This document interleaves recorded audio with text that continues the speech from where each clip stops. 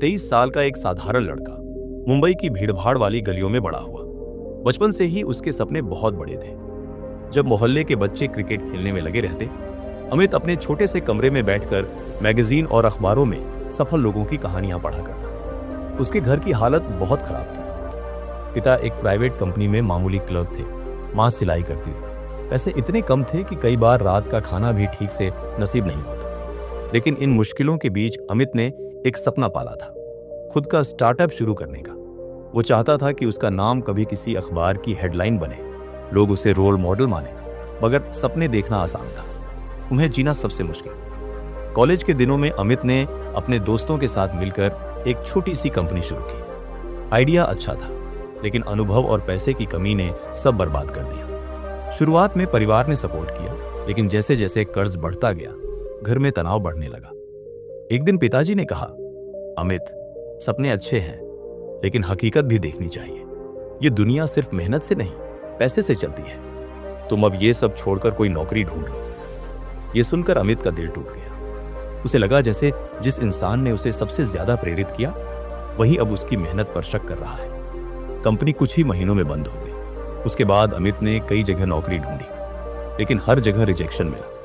रात को अकेले छत पर बैठकर वो सोचता, क्या मेरे सपने बस मेरी औकात से बड़े थे? क्या मैं सचमुच किसी काम का नहीं हूं?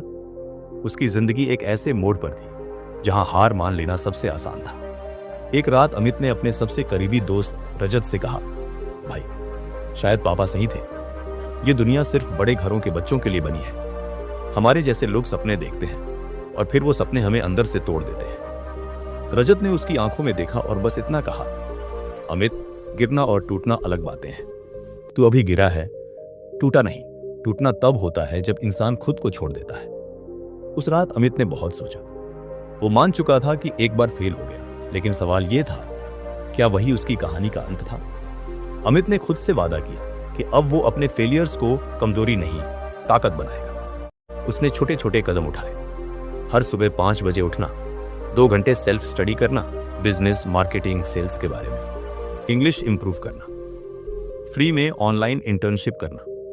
धीरे धीरे उसके अंदर कॉन्फिडेंस लौटने लगा। छोटे छोटे फ्रीलांस प्रोजेक्ट्स शुरू किए।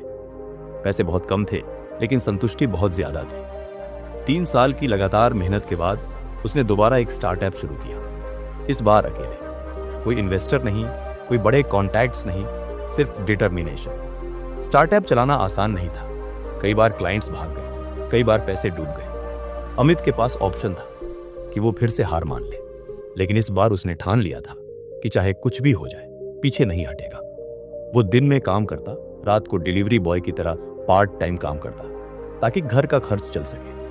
उसकी कंडीशन देखकर कई लोग हंसते थे, देखो, बड़ा बिजनेसमैन बनने चला था, अब खाना पहुंचाता फिर रहा है। लेकिन अमित जानता था, आज की बेइज्जती कल की सबसे बड़ी ताकत बनेगी। समय बदला। 1 साल की स्ट्रगल के बाद उसकी कंपनी को पहला बड़ा कॉन्ट्रैक्ट मिला।